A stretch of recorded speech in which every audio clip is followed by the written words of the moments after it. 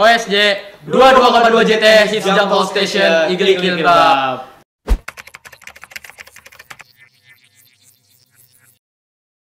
Nah, pada kesempatan kali ini nih di pagi yang cerah banget ya. Aku nih ditemenin nih sama siapa? Sama Rafli. Karena si Abian nih lagi ada kendala. Makanya nih aku sekarang ditemenin sama Rafli. Ya alhamdulillah hari ini kita OSJ episode kedua. Hari ini bersama saya Rafli dan teman di sini Yufan. Nah, pada kesempatan ini ada pemateri nih yang bakal bagus banget buat kalian yang dengerin. Pasti bermanfaat untuk kedepannya. Kalian gak bakal nyesel. Kita buat ngehemat waktu aja buat teman-teman di rumah Langsung di asrama aja. juga langsung dengar ke topik utamanya. Hari ini kita bakal bahas tentang organisasi bukan menjadi halangan untuk berprestasi. Jadi kita hari ini akan mengundang salah satu sosok yang sangat inspirasional buat teman-teman semua. Dan aku juga yakin pasti semuanya udah pada tahu dengan satu sosok ini yang kemarin sempat menangin medali perak di Bidang OSN. geografi. Iya, di bidang geografi. Tingkat nasional. Langsung aja kita sambut Radia Falah Andrafi. Yes, let's go. Halo, iya. Gimana kabarnya? Sehat. Iya. Alhamdulillah sehat. Sehat alhamdulillah sehat. Udah lama kita nggak bersua ya. Udah ketemu lagi ya setelah Nih. jam tol. Radia Falah enaknya dipanggil apa ya? Oh, perkenalin dulu nama Ane Radio Fala Andrafi. Iya. Kalian bisa manggil Ane Andra. Andra aja, oke. Udah akrab ya. Jadi sedikit backstory aja ya. Jadi saya ini dulu kan sempat menjadi kader juga. Jadi banyak banget belajar dari Bang Andra ini tentang organisasi. Dan kalau kita ngelihat Andra ini ketua divisi pendidikan juga kan. Iya, saya Ane merupakan ketua divisi pendidikan Jamiah Talabah periode 2022-2023. Ya, ini hebat banget karena jarang banget kita lihat, apalagi ketua divisi. Mereka pasti sibuk banget buat ngurus program-program kerjanya segala macam. Namun juga di samping itu prestasinya nggak pernah terlewatkan gitu.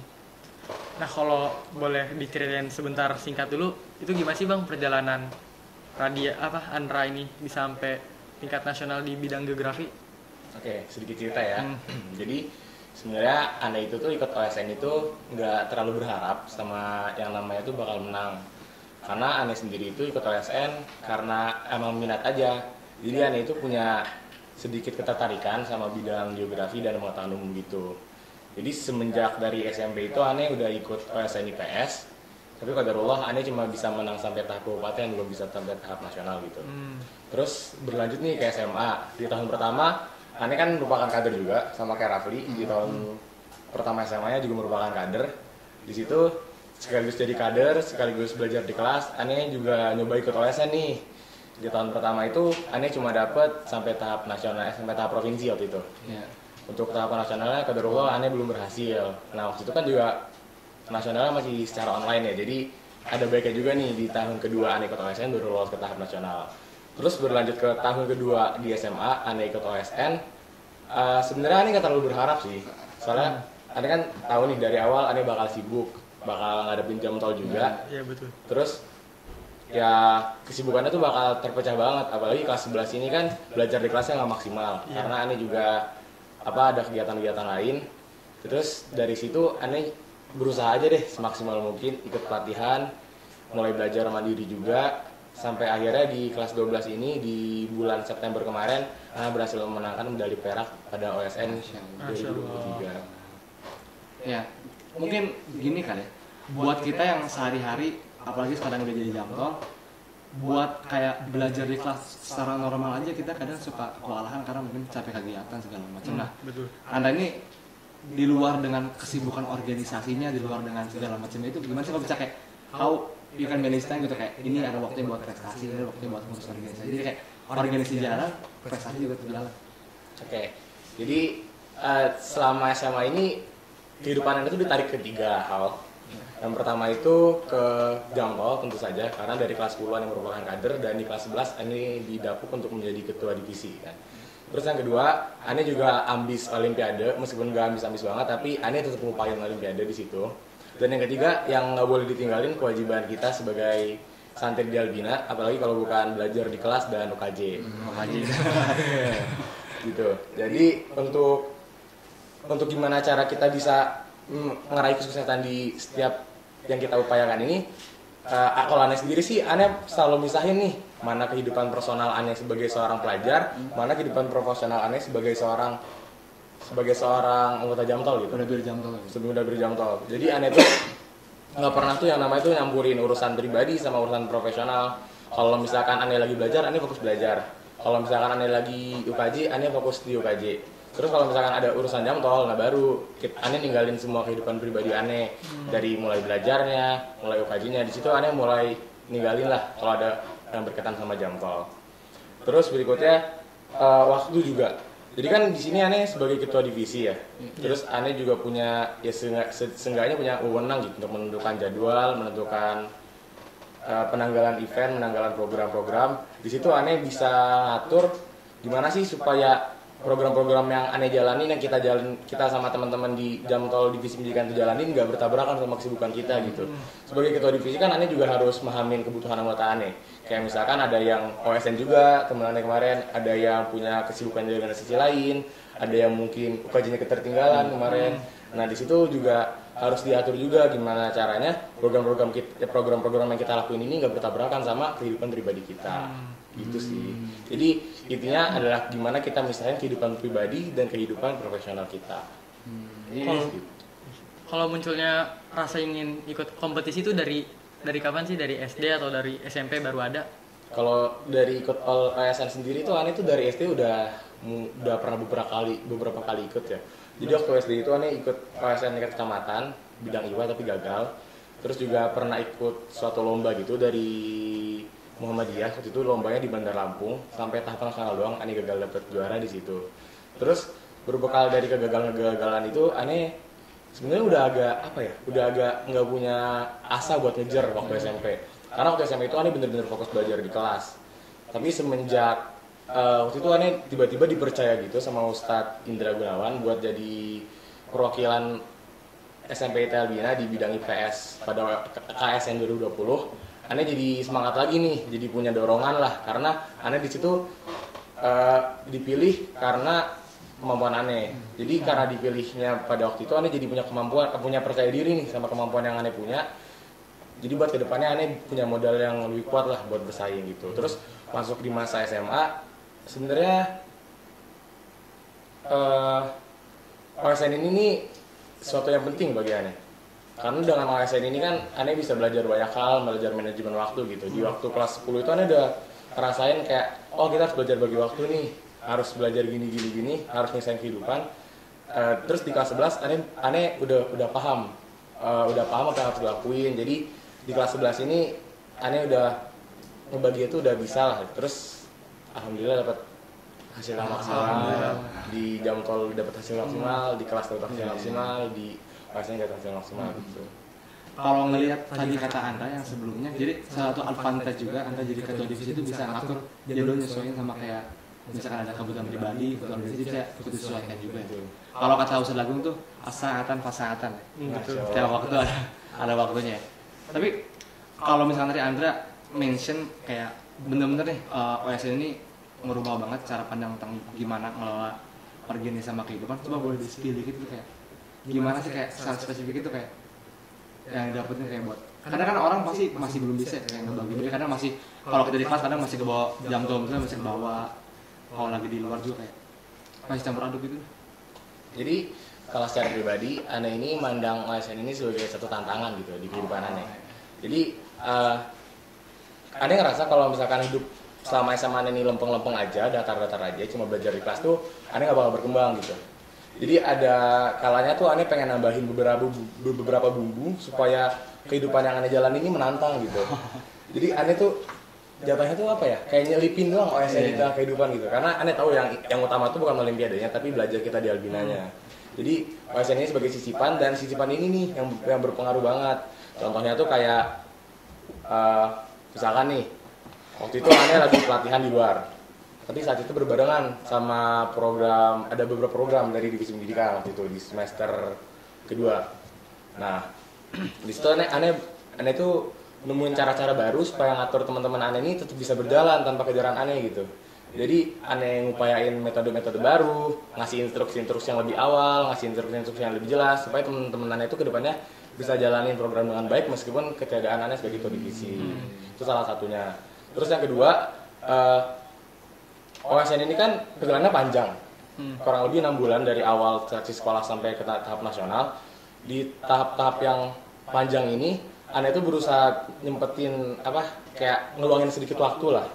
Karena sebelum OSN ini Anda kurang aware terhadap manajemen waktu gitu. Justru karena ada OSN ini nih, Anda tambah aware terhadap manajemen waktu, jadi bisa manage waktu dengan baik.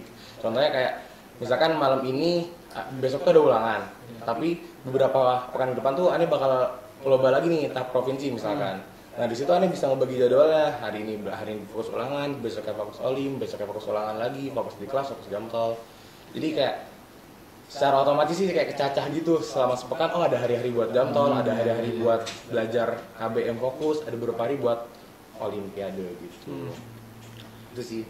Nah, kalau motivasi Andra sendiri nih untuk mencapai prestasi yang luar biasa kan dalam peran yang begitu berbeda kan dari organisasi sama jamtolnya, organisasi sama OSN-nya pasti kan sangat beda tuh. Nah, motivasi apa sih yang bikin Andra ini semangat banget untuk ngejar OSN-nya? Oke. Ketika Anda didapuk menjadi seorang kader, Anda itu merasa ini sebuah privilege bagi Anda. Terus ditambah lagi ketika alhamdulillah Anda lulus seleksi sekolah, Anda merasa ini suatu keuntungan juga buat Anda. Jadi satu yang bikin semangat Anda itu terus nyala terus sampai akhir tuh, Anda nggak boleh nyanyiin kesempatan ini. Ini satu kesempatan dalam hidup Anda selama SMA. Anda cuma jalan jamtol sekali, cuma jalan ngerasain OSN sekali. Nah, Anda itu nggak boleh nyanyiin kesempatan ini. Karena Anda tuh ngerasa dengan OSN ini bakal nambah value Anda juga. Jadi seorang ketua divisi itu bakal nambah value Anda juga. Karena ada urgensinya gitu sama diri Anda. Kalau misalkan kita ngusahain ini, kita bakal jadi lebih baik. Kalau kita ngusahain ini, kita bakal jadi lebih ini di bidang ini gitu. Jadi yang Anda kejar tuh manfaat untuk diri Anda juga. Nggak cuma Anda ngeraih prestasi tapi kehidupan yang lain ditinggalin gitu kan. Justru karena Anda yang ngejar beberapa hal ini nih, value yang Anda punya tuh bertambah gitu. Jadi Anda ngerasa dengan Anda berjalan menuju apa yang Anda pengen itu juga nambah value diri aneh. Jadi kalaupun kita gagal, seenggaknya perjuangan yang lakuin ini nggak sia-sia lah gitu. Iya. Ada hikmahnya juga. Iya, ada hikmah. Soalnya kan aku juga pernah baca tuh di Quran di surat Al-Mujadilah ayat 11, yarfa'ullahu alladhina amanu minkum walladzina utul ilma darajat. Allah akan meninggikan derajat orang-orang yang beriman di antara kalian dan orang-orang yang diberi ilmu pengetahuan beberapa derajat. Nah, mungkin bagi kalian nih yang lagi ngejar OSN kan, nggak usah takut lah ntar akhirnya bagaimana kan bisa apa enggak, soalnya udah jamin sama Allah juga kita bakal ditinggiin derajatnya, mungkin gitu juga sih. Jadi insight yang mungkin diambil dari apa yang Andra ngomong tadi. Jadi buat teman-teman yang sekarang pengen prestasinya bagus lagi, apalagi yang lagi ngejar-ngejar lomba, jangan sampai malah other side of life itu malah ditinggalin. Tapi kita malah jadi itu apa yang ngebangun diri kita sebagai personal life kita tuh kita bisa manajemen semuanya, ternyata malah jadi lebih baik. Jadi bukan malah kita satu hal yang kita urus, yang lain kita tinggalin, tapi semua itu harus dalam balance yang ini. Nah, mungkin pengen tahu nih kan bentar lagi tanggal 25 kita bakal PTS. Benar. Mungkin buat Andra nih yang bukan cuma sekedar belajar materi di kelas itu, materi tambahan buat OSN, gimana sih metode belajar yang efektif ala Andra? Oke, sedikit cerita ya. Jadi waktu tahap provinsi kemarin itu kan bertepatan banget sama Amin sepekan penilaian akhir tahun ya. Jadi Anda itu belajar banyak di situ. Belajar manajemen waktu, belajar ngadepin kedua-duanya nih dalam waktu dekat tuh gimana? Iya, banget waktu itu karena ada beberapa yang bisa, bener banget. Jadi diantaranya itu, Anda itu seorang tipe yang maksimalin banget belajar di kelas. Jadi apa materi di kelas Anda lahap, Anda santap sebaik mungkin. Jadi pemahaman Anda terhadap materi itu benar-benar dibangun sama yang disampaikan Ustadz itu. Jadi kalaupun kita perlu mengulang pelajaran di luar kelas, itu bukan inti dari yang kita pelajarin, karena inti yang Anda pelajarin sendiri udah ada di kelas gitu. Terus yang kedua, karena ini berhadapan sama ujian, pasti Ustadznya kan punya kayak kisi-kisi atau mukoror tertentu ya, catatan gitu buat yang bentar diujikan. Nah, yang sebelum Anda mulai belajar, Anda itu pasti mahamin dulu nih, yang Ustadz pengen tuh apa sih dalam ujian ini nih. Oh, kira-kira materinya tuh dari halaman sekian sampai halaman sekian. Oh, kira-kira bakal keluar tuh mengenai ini. Ada misalkan ada rincian bab tertentu yang akan keluar mungkin. Nah di situ Ane pelajarin, Ane mahamin dulu nih sebelum mulai belajar, Ane mahamin dulu apa yang Ane bakal belajarin ke depannya. Terus jujur ya, Ane ini merupakan tipe yang SKS, yang sistem kebut semalam. Tapi kalau misalkan SKS yang Ane lakuin ini agak beda, soalnya sistem kebut semalam yang Ane lakuin ini bukan belajar dari nol di H-1 malamnya itu. Jadi Ane itu sudah dari jauh-jauh hari, Ane sudah punya pemahaman atas materinya, sudah belajar dengan maksimal di kelas juga. Nah terus baru nih di beberapa hari menjelang ujian baru kita review lagi. Itu kalau dari Ane ya. Kalau misalkan kalian mungkin belum punya pemahaman yang baik tentang materinya, belum belajar menyimak dengan baik di kelas, ada baiknya sih kalau misalkan kalian sebelum menjelang sepekan sebelum PAT ini udah persiapin diri dulu lah, membiasakan diri sama materi-materi yang bakal diujikan ntar gitu. Terus berikutnya PTS ini kan panjang ya, 8 sampai 10 hari gitu. Endurance kita bakal diuji banget, ketahanan kita dalam menghadapi soal, belajar siang, malam belajar lagi, paginya ujian gitu kan. Bakal keuji banget nih ketahanan diri kita. Jadi tetap mindful dalam menjalani PTS ya, jangan ke distract sama hal-hal yang sepele. Jangan sampai ada seru dikit, ikutan gitu kan. Ada orang main dikit ikutan. Jadi hal yang semestinya kita kejar, hal utama yang semestinya kita kejar tuh malah ditinggal gitu, karena ada hal kecil yang sebenarnya sepele banget tapi malah mendistract perhatian banget. Bener banget. Itu sih kalau dari Ane. Ya, yang kita dengar juga ya dari Bang Andra, kita usahain tuh maksimal di kelas. Ya, kalau Ustadz jelasin, kita usahain kita catet, pahamin. Karena Imam Syafi'i juga pernah berkata dalam syairnya, al-ilmu saydun wal kitabatu qaiduhu. Qayyid suyudaka bil jibali wasiqah. Faminal hamaqati antasida ghazalata wa tatrukaha bainal khalaiqi taliqah, yang artinya ilmu adalah buruan dan tulisan adalah ikatannya. Ikatlah buruanmu dengan tali yang kuat, termasuk kebodohan kalau engkau memburu kijang. Setelah itu kamu tinggalkan terlepas begitu saja. Mungkin ini motivasi yang bisa kalian gunakan itu kan. Misalnya kalian lagi PTS nih, pengen ikut-ikutan, kalian mikir nih, kalian besok udah harus persiapan untuk PTS, PAS. Makanya kalian tuh harus punya pendirian kalau menurut aku sih. Mungkin ini yang jadi persepsi yang salah buat teman-teman kali. Yang konsep belajar SKS cuma dia belum paham sama sekali materinya. Jadi kayak tahu besok kayak bakal ada 8 bab ujian tapi mulai dari nol. Iya, baru ngerangkum dari siang, baru ulangannya besok pagi. Jadi sih. yang dari Andra ngomong tadi, SKS konsep kita itu kita udah paham materinya. Jadi itu cuma meroja atau ngerjain latihan soal juga bisa kan. Iya. Jadi kalau ngelihat dari cerita Andra, emang ada tuh anaknya sangat-sangat challenging banget, suka banget sama yang namanya challenge. Buat nambah-nambah insight buat diri sendiri gitu ya. Mungkin terakhir kali ya, minta motivasi buat teman-teman yang mungkin masih gak punya arah di Albina, masih nggak ngerti tuh Albina tuh mau ngapain. Belajar juga kadang di kelas setengah-setengah. Bahkan yang sekarang dia Jamto tuh bisa jadi alasan berkedok itu. Berkedok sibuk jadi Jamto, padahal sebenarnya emang mager belajar aja di kelas. Berkedok nilai turun. Iya, nilai turun pas sebenarnya bisa aja. Karena kalau kita lihat buktinya real di lapangan kan banyak orang yang prestasinya masih bagus ya, salah satunya Andra sendiri. Bintang tamu kita ini Andra. Mungkin ada kata-kata buat teman-teman. Kata-kata. Berarti ini sebagai penutup ya? Iya. Oke, jadi kalau bercermin juga dari Ane sendiri, Ane itu tuh bukan satu orang yang punya vision jauh ke depan. Jadi kalau misalkan ada tangga ke surga tuh, Ane itu nggak ngeliat ujungnya. Justru kalau misalkan kita mencari kesuksesan itu, justru dimulai dari tahap-tahapan kecil gitu. Jadi kita ngelakuin hal-hal yang berguna, hal-hal yang punya nilai plus buat diri kita, hal-hal kecil aja. Kadang di setiap hal-hal kecil itu akan terakumulasi sehingga membentuk satu hal yang jadi penting bagi kita gitu. Kalau misalkan teman-teman nggak tahu nih navigasinya ke depan mau jadi apa, mau ngapain di Albina, saranannya sih ente coba aja setiap kegiatan yang ada di Albina gitu. Karena Ane dulu juga mulai dari nyoba-nyoba doang, kayak ikut seleksi SNIPS, ikut seleksi OSN gitu-gitu kan cuma nyoba-nyoba. Tapi dengan ente berani nyoba, ente berani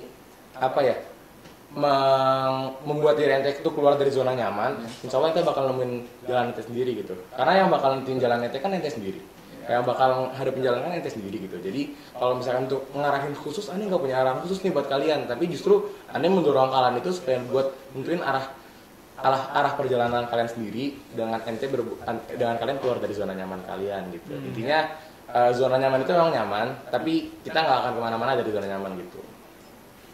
Bener banget sih. Bener. Zona nyaman itu bikin nyaman, tapi nggak bakal bisa bikin kita kemana-mana. Yes, begitu. Jadi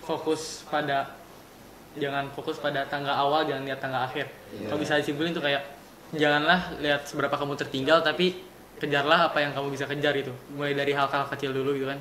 Jangan fokus kita seberapa kita tertinggal, tapi fokus pada tujuan utama kita. Ya. Ini buat menutup tadi dari Andra, makasih banget. Jadi intinya jangan sampai kita putus asa karena kita nggak punya mimpi gitu. Kita harus sekarang, walaupun kita nggak tahu goal kita apa, tapi dari sekarang kita maksimalin apa yang kita bisa sekarang, maksimalin program-program dari Albina. Karena kalau kita lihat sekarang ya, Albina ini sangat-sangat banget support buat santri-santri buat ikut lomba keluar. Nggak cuma buat dari segi belajar akademis, tapi buat sport juga. Kita kemarin juga kita basket ya. Iya basket, udah menangin ya. Finalis. Bukan boxing beda. Beda lagi. Beda. Oh beda lagi, sorry. Futsal kemarin boxing. Jadi buat teman-teman di sana yang lagi dengerin sekarang, yang lagi di asrama ataupun yang lagi nonton video ini, cari terus apa yang jadi tujuan hidup kalian, maksimalin apa yang udah diberi sama Albina di sini, jangan putus asa. Gitu ya mungkin ya. Ada tambahan lagi? Cukup sih. Cukup ya. Ya makasih juga nih buat Andra yang udah Ya, luangin waktunya. Sorry banget kalau mengganggu. Semua motivasi juga buat teman-teman ya yang lagi dengerin ini, buat bisa nih kayak mana sih next Andra nih yang bisa jam tolnya tuh jalan juga, terus sini juara juga. Kayak keren banget ya sih dilihat sama orang tuh kan. Nah kalau mungkin pertanyaan terakhir ya, kalau rasa bahagia tuh setelah mendapatkan medali perak tuh bahagia tuh gimana? Sebahagia. Sampai bawa otak. Jadi selama proses OSN kemarin tuh aneh tuh apa ya, nampilin rasa pesimisme aneh ke teman-teman. Nah dari situ jadi sebenarnya tuh aneh nggak kelihatan berat banget, meskipun sebenarnya pengen ya, tapi nggak nunjukin rasa berat aneh gitu. Jadi ketika aneh diumumin jadi medali perak tuh aneh rasa lega banget. Ternyata yang aneh aneh pikirin bakal terjadi, aneh gagal tuh ternyata nggak terjadi gitu. Justru yang terjadi sebaliknya, aneh berhasil gitu. Jadi dia lega banget sih setelah diumumin itu. Alhamdulillah bisa bikin orang tua bangga, bisa bikin teman-teman bangga, bikin sekolah bangga. Udah mungkin itu aja kali ya. Ya sudah soal buat OSJ episode 2 kali ini. Oh ya jangan lupa juga buat kalian yang belum check out Instagram Jamil Tolaba, boleh soalnya check out di @jamtolabina. Insyaallah ntar di sana bakal ada insight dan juga update harian dari program-program kita. Dan juga satu OSJ ini kalian bisa cek kalau nggak di website di akun YouTube Albina TV, atau juga ntar ada di Instagram Jamtol Albina. Mungkin that's all dari saya Salman Adi Rafli. And I'm Ivan. Sedikit tambahan, insyaallah OSD ini bakal ditaruh di Spotify. Itu aja. And Keren ya. That's for me and see you next week. Ilaliko, assalamualaikum warahmatullahi wabarakatuh. Waalaikumsalam warahmatullahi wabarakatuh.